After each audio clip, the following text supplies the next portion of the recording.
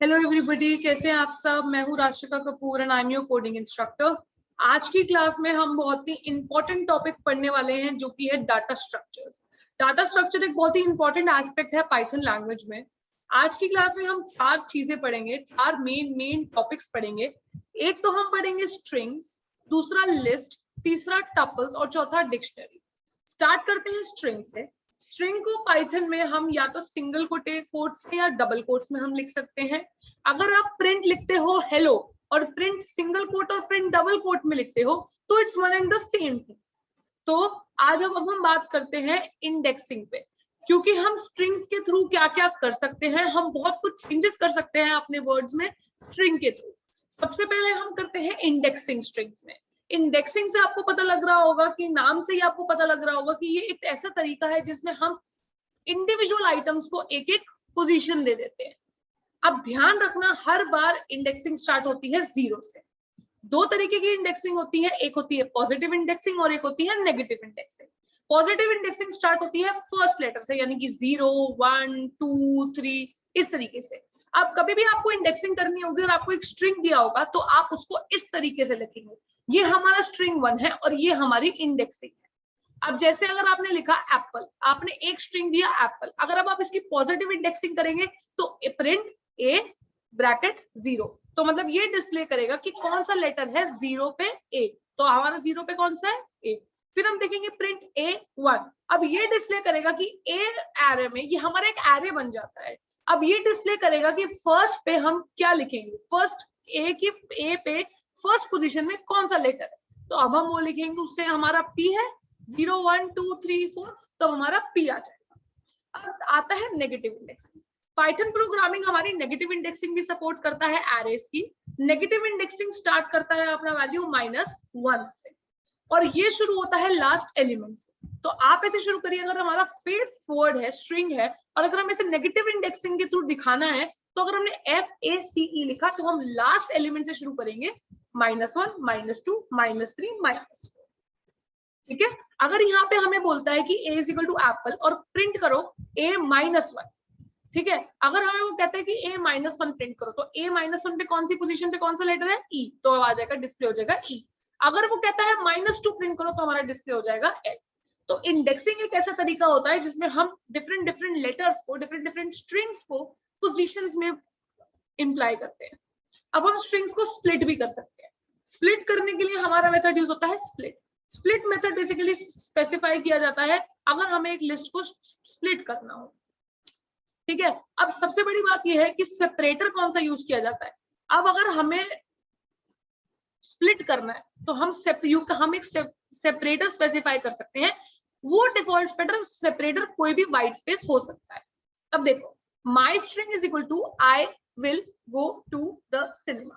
अगर आपने लिखा print my string dot split तो वो उसको अलग अलग सेपरेटर से कर देगा, एक एक स्ट्रिंग को अलग अलग। I will go to the cinema, तो हम you can specify the separator, default separator is any white space। okay। अगर अब हमने स्प्लिट कर दिया स्ट्रिंग को, कि हमने अगर स्ट्रिंग को स्प्लिट कर दिया तो अब हम लेंथ भी तो देख सकते हैं कि हमारे फंक्शन क्या करता है। लेंथ फंक्शन बेसिकली हमारा ऐसा होता है कि वो डिफाइन करता है कि आपके स्ट्रिंग की लेंथ कितनी है। अब लेकिन ये बात ध्यान रखिएगा कि जो जब भी लेंथ काउंट होती है तो वो ब्लैंक स्पेसेस को भी लेंथ कंसिडर करता है। अब आप देखो, आपने string 1 str1 डाल दिया google.com।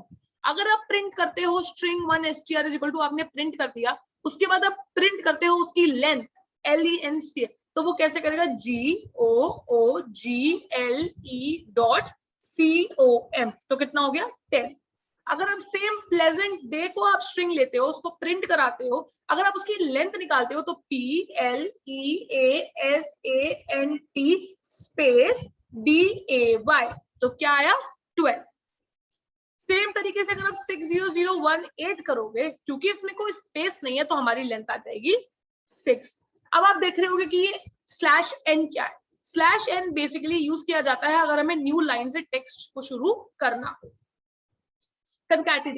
कंकैटिनेशन मतलब आप दो स्ट्रिंग्स को जोड़ रहे हो। पाइथन प्रोग्रामिंग हमें कंकैटिनेट करने में भी बहुत मदद करता है। कैसे, प्लस ऑपरेटर। अगर आपके पास str1 है फेस, str2 है प्रेप, तो अगर आप str1 और str2 को प्लस करोगे, यानी कि कॉन्कैटिनेट का ऑपरेटर प्लस ऑपरेटर यूज करोगे, तो वो कॉन्कैटिनेट हो जाएंगे, यानी कि जुड़ जाएंगे. My string 1 is equal to awesome day. My string 2 is equal to for biking. So here you can see we have string 1 and string 2. Now if we need to concatenate the strings, we will use the plus operator. So print my string plus double inverted commas plus my string 2. So it will show you like this, my awesome day for biking. Are you clear with splitting, length and concatenation? Perfect. We have done strings. Now what is a list? You can see that there is a group of strawberries, right? Now we can separate them also into different groups that are similar. We can see that we have done red strawberries in one part and green strawberries in other part.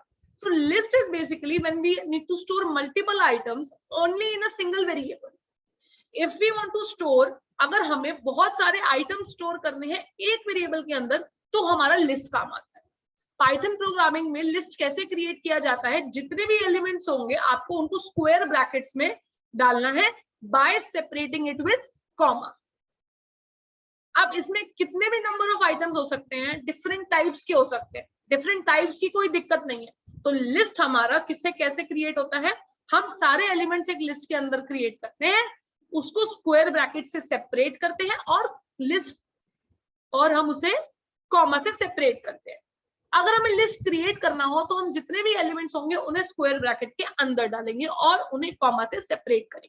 अगर आपने ये this list लिखा, list का नाम is equal to, आपने square bracket open किया, double commas में double inverted commas में आपने लिखा एप्पल कॉमा बनाना कॉमा चेरी. तो अगर आप लिस्ट प्रिंट करोगे तो ऐसी लिस्ट आपको दिखेगी, इसमें आपकी वैल्यूज डिस्प्ले हो गई. अब आप एक्सेसिंग, अब आप कोई भी आइटम एक्सेस कर सकते हो पाइथन लिस्ट में, कोई भी आइटम आप एक्सेस कर सकते हो. अब इसमें भी ऐसे ही होगा. फ्रंट इंडेक्स यानी कि अगर A B C D E F G आपके वेरिएबल्स है, आपके स्ट्रिंग्स में वेरिएबल्स है, तो अब देखो ए को आपने 0 दिया, -1 दिया, 2 दिया, 3 दिया, 4 दिया, 5 दिया, 6 दिया, ठीक है. अब आप ये देखना कि माइनस कैसे, अब यहाँ से 0, -1, -2, -3, -4, -5, -6. अगर आप फ्रंट स्लाइस देखोगे तो 1 2 3 4 5 6, और अगर आप बैक स्लाइस देखोगे तो -1 -2 -3 -4 -5 -6. तो ये हमारा तरीका है. अगर आपको कोई भी आइटम अगर एक्सेस करना है लिस्ट के अंदर से, तो आप इंडेक्स, एक तो फ्रंट इंडेक्स करोगे, एक बैक इंडेक्स करोगे, एक फ्रंट स्लाइस करोगे और एक बैक स्लाइस करोगे. अब हमारे कुछ built in functions and methods है. लेंथ फंक्शन बेसिकली हमें टोटल लेंथ देता है लिस्ट की क्या है.